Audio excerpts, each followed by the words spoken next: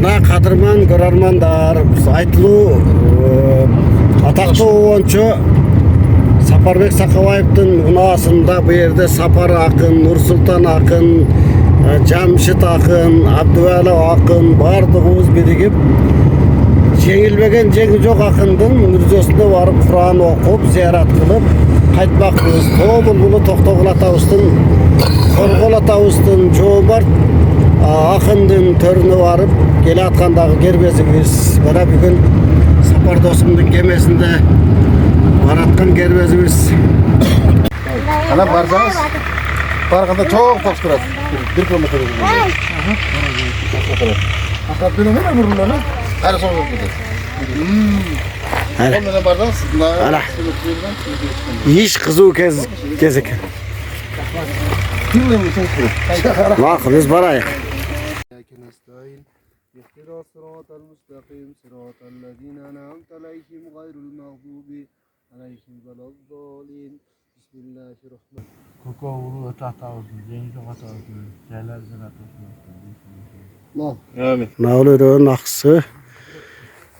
Şol aksı jerde geldik balдар менен. Allah'ım bizdin okugan şul Kur'anlarımızды, atalarımızды Allah'ım özün kabul kılgın. Mына жерде аккан суу деп китебин коюшкан экен. Бул жеңи жок атабыздын 1918-жылы каза болгон экен. 1860-жылы төрөлгөн экен. Mına aldın atarsın. Муну бая Бегмамат Осмонов жасаткан болуш керек, менимче. Мындайбы? Мындай. Ана жеңи жок атабыздын жаткан жери ушул жер экен мына. Мына тургандар айтылуу аксы Кара суу өрөөнү.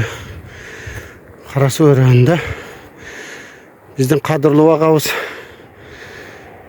журналист белгилүү Абдумомун Калбаев ушул кагазга жазып ошол жерге барып бата кылып кайтасыңар деп бизге дайындар экен айтты эле. Ошол жерге келдик.